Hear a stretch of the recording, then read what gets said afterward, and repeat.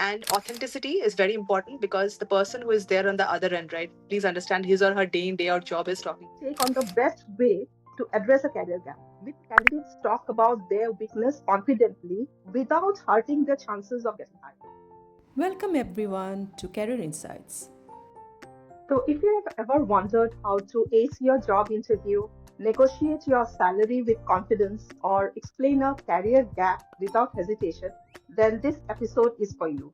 Hello, everyone, and welcome to another episode of Career Insights. I'm Nazia, and I'm here to bring you engaging conversations with industry experts who can help you grow in your career. So, today I have the privilege of speaking with someone who has spent years in the field of talent acquisition, helping individuals land their dream job.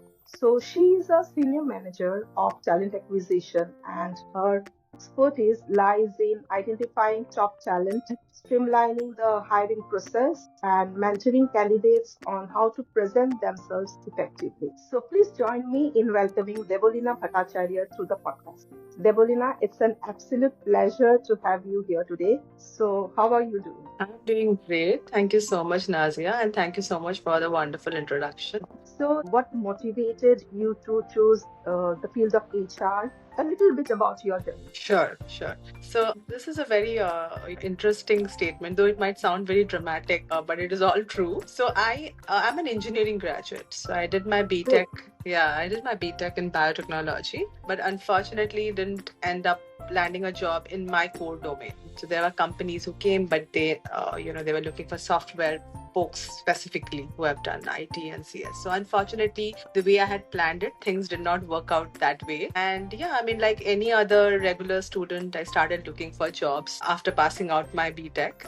I always had this thing of, participating in my college webinars and other things. I had that knack. Okay, not though it was not very serious, but I liked it. And yes, I think it's sometimes, reality pushes you. So I kind of started looking out for jobs which I feel I could do. And there was one such opening that came up of a recruiter. It was they were even open for freshers. So that's how I started. And from there on, it has been never looking back. It's just been an ongoing journey, and I'm really thankful that I could convert my passion into my job because that's the best situation to be in, I could say. Amazing. What a journey. So, Debolina, let's dive into the real deal interviews. Okay. So, Yeah. we have all heard experiences or like heard stories of interview blunders, like getting like, completely blank when you are asked about a specific topic, as simple as what are your strengths. So, what is your take on that from your experience? What do you feel you want to highlight? What are the some interview mistakes that candidates make, and how can candidates try to improve them? I think, yeah, I know you asked me a few specific points that, what are mistakes they do. But Yeah. I would say before getting into the interview process, first is interview prep up. Okay.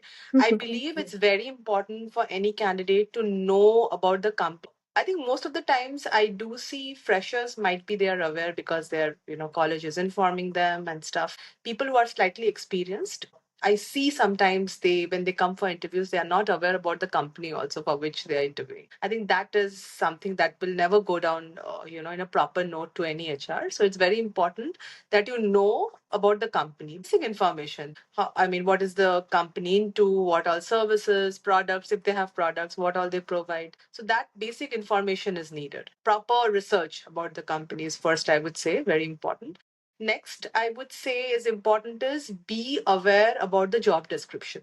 I mean, just don't go through the title and say that, okay, this is what I feel is aligned. No, go through it completely. Go through the good to have skills, go through the mandatory skills. Very important. And third would be your resume. Be completely aware about what all you have mentioned in your resume, because that is where the questions are going to come from. So if you don't know or if you fumble in what you have written in your resume, that's not going to go down well. So, be prepared, go through your resume multiple times before you come for the interview, go through the job description, go through the company. I think these three basic things are very, very important before you come for the interview. So, that's your research part. After you come for the interview, right? First is communication. I think very important. Speak too fast. I do understand that when you are nervous, you will end up speaking very fast. So, again, it's important that you prep up before you come for the interview. Do mock interviews. There are a lot of online platforms who give mock interview sessions. So if you really feel that you're very not confident before coming for the interview for these kind of questions also, or for any kind of question, do mock interview sessions. That's perfectly fine.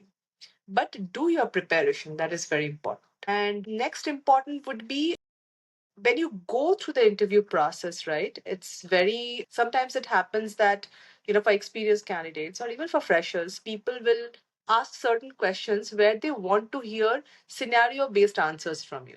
That's just to understand your soft skills, maybe, or any specific situation, how you came out of it, right? Try to gauge that question. And don't give generic answers. Try to give situation based answers. Let's say, okay, I was in so and so situation in my company, and this is what I did to overcome it. So come prepared with all those scenarios, come prepared with all the research work before you come for the interview. So, Mm. research, very important. Be prepared and research before you come. Exactly. So that's really a great breakdown. So we small mistakes can make a huge difference in an interview, right? Mm. And I love what you have mentioned that do your research. I think many candidates forget to do the, at least the minimum research or about the company, and then they do not go through their own resume properly. Mm. Yes, so that was a great breakdown, Debolina. Now, speaking of a tricky interview moment, let's tackle a question that makes a lot of candidates nervous, talking about their weakness. So, how can candidates talk about their weakness confidently without hurting their chances of getting hired? Right. I think that's a very important question, I would say, and it is indeed a very tricky question. First and foremost is when you are, answering this question as a candidate, be prepared to put it in such a way that it does not come as a red flag for you. So how can you do that? That's the agenda, right? So first and foremost, highlight a weakness which is a very real weakness. Don't talk about flashy weaknesses. Okay. So talk about a real weakness and then say that, then try to highlight that this is a self awareness that you know that this is a weakness that you have.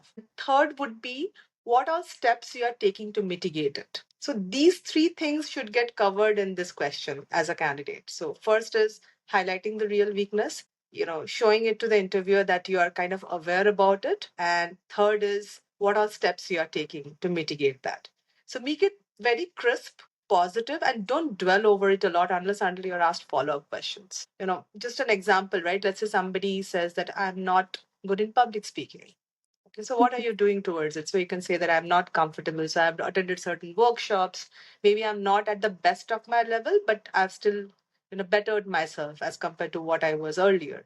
And I'm still working towards it. So these kind of things give an idea to the interviewer. Okay, this is a weakness, but the person is aware, and this is what he or she is doing to mitigate that. So it does not impact you, yet you answer the question as well. And it shows how the person has extracted the positive side of it. He Yeah, knows his weakness, but he has done something to upgrade himself, to upskill himself. correct. Yeah, yeah, Yes. absolutely. So that makes so much sense. So I think a lot of candidates don't even realize they are making these mistakes. And that point, like about, making your, like highlighting your mistake, but then making it on, giving it in a positive note. So Yeah. true. So, all right, let's talk about something that makes almost every candidate nervous, salary negotiation. So, that moment when the recruiter asks, what are your salary expectations? And suddenly your mind goes blank.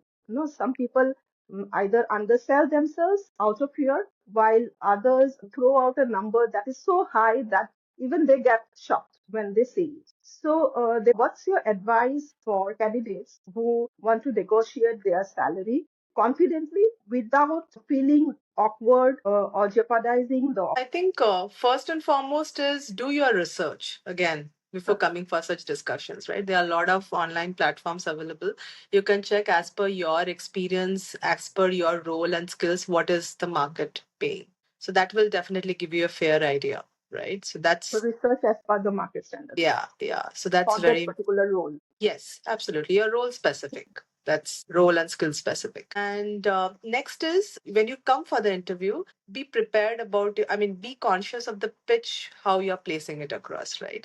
So let's say, you can say that, this is what it is and I need so and so salary, right? That might not come across as a very right way of putting it to the other person. It might show a bit of arrogance, which will not go down well with the recruiter or the other end. So it's very important you can actually phrase it in this way, saying that I have so many years of experience, and these are the skills that I bring onto the table, which I feel is definitely going to help this job. And that's the reason this is what I'm expecting as per the market standards, or anything on those lines. So highlight what you have in your profile, which will, which if you contribute can actually help the role where you're applying for. So I think insights like this can definitely, help in making the discussion way more productive. And negotiations are bound to happen. Even if you say there will be negotiation, but try not to make it confrontational. Make it productive, because at the end of the day, that is what you want. And that is even the person on the other end as a recruiter wants. So Amazing.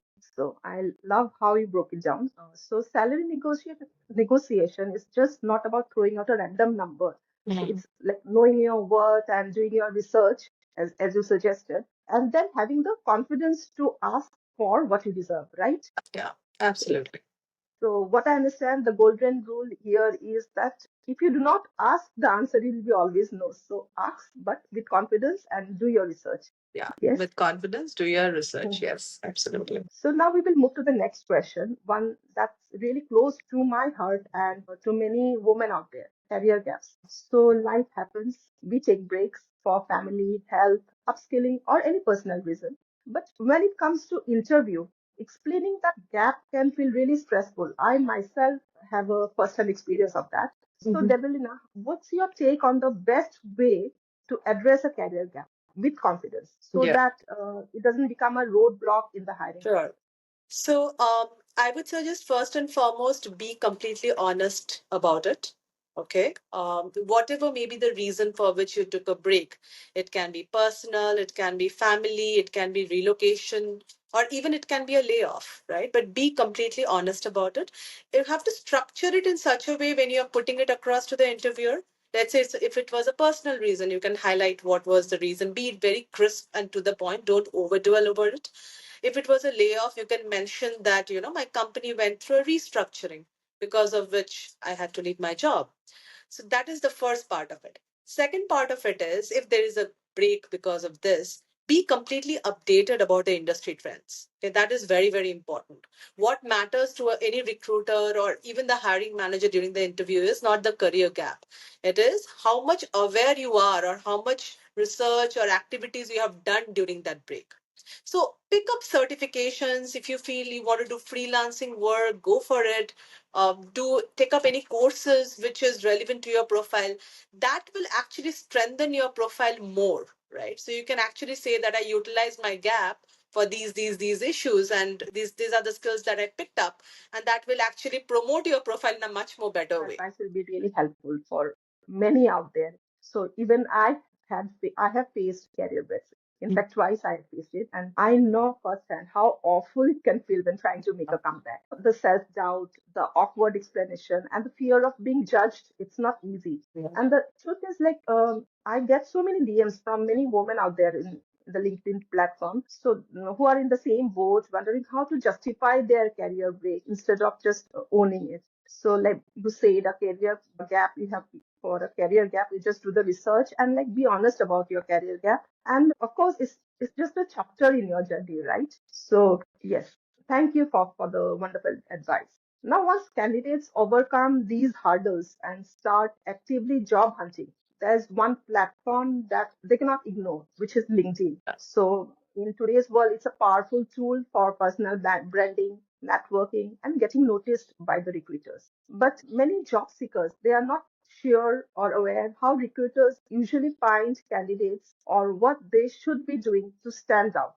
Mm. So, Debolina, from a recruiter's perspective, how do you use LinkedIn to find talent and what should job seekers focus on to grab attention? Sure. So I think first and foremost is your profile bio. That is very important. So let's say if you're a data analyst, then you should mention senior data analyst or data analyst or anything relevant to your profile in your profile bio. Don't mention flashy things in your profile bio. So that's important. A second thing is the summary part. Okay, that also should be very crisp and concise. That should talk about your skills. What is something that you might have achieved in your career? You can just mention in 1 or 2 lines. So your summary should be very concise, crisp, highlighting about your positives and what all skills that you have gained throughout your career. These are the first two important things that a recruiter looks in whenever they go for a profile. And third thing is how active you're on LinkedIn, right? And lastly, most important is if you are comfortable, there's an option which shows open to work on LinkedIn. So that is also something that you can do. That way, recruiters will know that you are, definitely or actively looking for a job in the market. So that is something. And also, I see a lot of candidates also mentioning may not be open to work, but just an immediate joiner, something like that. So that also shows their eagerness that they are actively looking for a job. So that gives that hint to the recruiter also that yes, this person is somebody that I can reach out to or who might need a job right away. Such an eye opener. So LinkedIn is just not about having a profile, so it makes us visible to the right people. Yeah. Yes. So, but the worst part is still so many job seekers still underestimate the power of LinkedIn. So, but honestly, I have experienced how strong a LinkedIn presence can open doors than the traditional job application method. Yeah. So let's move to another tricky question, heavy question that candidates often struggle with. Where do you see yourself in the next 2 to 5 years? So, Debolina, what's the best way to answer this question in a way that actually impresses the recruiter? I think first and foremost is again, you should know what your end goal is. Again, be prepped up before you come for these questions because these are certain questions which will be asked to you. And this helps the recruiter to gauge what is your ambition and also if it's something that you want to pursue in this similar profile only in the future days to come. Right. So be very honest about it. Let's say if a data analyst is coming for an interview, but he or she wants to move to a very different role or a leadership role or something very different from what he or she is doing right now, be very clear about it. Be very honest about it. Because in that case, that gives even the person on the other end to help make an informed decision. Okay. So be clear about your career goals, be very sure about what you want to achieve in life, and that is what you need to structure and put it across in front of the recruiter. So again, practice before you come for the interview. Try multiple times what you can say, what is the right phrasing, and it's fine to practice. It's your interview at the end of the day, so you have to be the best version of yourself. So do that. So that's such a smart approach. So now, after so much of serious talk, let's shift gears a little bit and lighten the mood. So, being in the HR industry, you have probably conducted countless interviews, and I'm sure you have heard some responses that left you completely speechless, but in a hilarious way. So, tell us what one interview answer that made you laugh out loud. So I went for a campus interview. Okay, Okay. and I'm not going to name the details, but yeah, I went there Mhm. and this was the HR round, and I saw the feedback of the student rather, and it was I mean, great feedback. I mean, all the technical rounds, he just aced it, and so we were very sure. I was eager to meet the person, and the person came, and I just asked him few things about his profile, and then I asked him that do you have any questions for me? And his question and the thing that he said to me kind of startled me. He said that, can I tell you something very honestly? Yeah, please go for it. And he was like, please don't hire me. I Oh. don't want to, yeah, I don't want to get into this role. My aspirations are very different. I mean, he told me Mhm. certain things, what he has in mind, where does he see himself, which are kind of companies he wants to aim for. He was very clear and blatant about it. And he also mentioned that I had to sit for this because that's how the rule works in campus placement. My parents were there, they were also pushing me, please sit for it. So I didn't have a choice, but please don't inform the placement officer or else I'll be blacklisted and this and that. But it was quite hilarious when he told Yes. me. I mean, I've never experienced this kind of a thing, but I also have to say I was very amazed by his honesty. So that's what I mean. That also brings back to our earlier questions. Be honest about it because eventually, obviously, I didn't end up hiring the person, but I gave a very detailed feedback to him. You did end up hiring that person? I did not. I Yes. did not. I did not Okay, end okay, up. good. Yeah, I did not. But I So gave his a wish has been fulfilled. yes, yes. And I gave a very, proper feedback that, his aspirations are different, but he's a Okay. definitely a good candidate. We should watch out for such talent in future. But I kind of made it in a way that it should help him. But it was a pretty funny experience. I've never seen somebody coming and saying that. But yeah, such experiences are good. That was a good one. Yeah, yeah. Such experience should surprise you as well. So it's fine. Interviews can definitely be unpredictable. Yeah, Right? yeah. True, true, true. Okay. So, on a more serious note, one group that particularly struggles with interview is freshers, right? So, for many, it's their first real job interview, and the nervousness can be overwhelming. So, Debolina, what are some practical ways freshers can overcome nervousness and walk into an interview with confidence? As you said, right, nervousness is normal. It will happen. It is normal. Even when I was a fresher, I was pretty nervous when I went for my Yeah, first interview. it happens to But everyone. it happens to everyone, right? So I think before you go for interviews, right, again, practice or prep yourself up. I mean, have a friend or anybody with whom you're comfortable practicing it. Just try to talk basic things. Let's say, tell me something about yourself. That's a very standard question, right? Practice Yeah, it. And trust me, when you practice it internally within your circle or within known people, you will fumble multiple times. But after that, when you are able to say it perfectly, that is where it will give you that confidence. Try such questions which are very standard questions. One is tell me something about yourself. Second is why should we hire you? What are your strengths and weaknesses? Practice these things over and over again at home, okay, with people whom you are comfortable with. That is the only way to, help you build your confidence. And again, certain online tools which actually gives mock interviews, right? They even yeah, once you're giving the interview, they even pop up that, what were the good things that went through the interview, what were the things that did not go down well, right? So, a lot of ways are there with which you can prep yourself up. Prepping up is the only way. But one thing I would also like to suggest is, let's say after so much prep up, also when you come, things don't work out in your favor. Don't be disheartened about it, right? It's a process. At the end of the day, you win some, you lose some. But the best thing that I would suggest people to do is if things are not working out in your favor, go back, self reflect, say what went good and what are the things that you could improve on. And leverage that or utilize that in your next interview. That's how you upgrade yourself. That's how you try and become the best version of yourself. So you absolutely. should do that. Such a valuable advice. So, freshers, if you are listening, take notes. Like, confidence isn't about having all the answers, right? It's about how you present yourself and handle the conversation. So, as you rightly said, you should practice and prep for the interview and practice with somebody at home, with your friends. And if not, you have a mirror at home, practice in front of the mirror. And you have highlighted one thing that go for mock interviews. There are several platforms available where you can go for mock interviews. If not, if that is not possible, at least what you can do, you can just record yourself. Go for a Zoom call with yourself and record it, and just then go back and see the recorded version. I think that might also help you to overcome, all the negative points about you. What do you suggest? Yeah, yeah, Yep. absolutely. You definitely can do that. That will also Mhm. help you to, be more prepared and come for the interview. Yeah. So now, as we wrap up this insightful discussion, I have one final question for you. If you could give one golden rule for acing interviews, just one piece of advice that every candidate should remember, what would it be? I would say I don't have like one, I will say two, if that's okay. First is be authentic. Okay. And next is preparation. Very important. These two things is what is going to help you in your interview process. And whatever soft skills we spoke about, right? Confidence, nervousness, salary negotiation, everything comes from your preparation. Okay. And authenticity is very important because the person who is there on the other end, right? Please understand his or her day in, day out job is talking to people, so they can immediately understand if a person is being authentic or not. So be Yeah, keep that within yourself when you're coming. And always remember one more thing also, when you're coming for interview, right, whether it's the hiring manager, whether it's the recruiter, nobody is looking for perfection. All of them know there will be a room for growth, that's how it yeah. is. But they want to see that potential in you.